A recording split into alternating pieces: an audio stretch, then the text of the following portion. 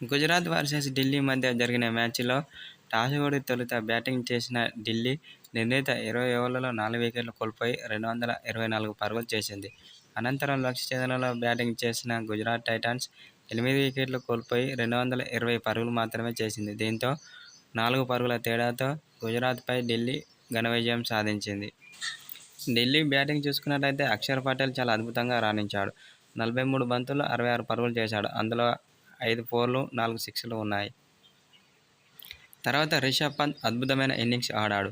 కేవలం 43 బంతుల్లో 8 పరుగులు చేశాడు. అందులో 5 ఫోర్లు, 8 సిక్స్లు ఉన్నాయి. దీంతో అద్భుతమైన ఇన్నింగ్స్ ఆడి ఢిల్లీకి భారీ స్కోర్ అందించడంలో కీలక పాత్ర పోషించాడు.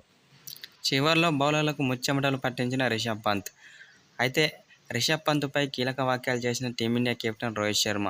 చాలా అద్భుతంగా ఆడావు, ఇలానే కంటిన్యూ చేస్తే వరల్డ్ కప్లో చోటు దక్కడం ఖాయమని రిషబ్ పంత్పై కీలక వ్యాఖ్యలు చేశాడు రోహిత్ శర్మ. అనంతరం రిషబ్ పంత్పై ప్రశంసల వర్షం కురిపించిన టీమిండియా కెప్టెన్ రోహిత్ శర్మ.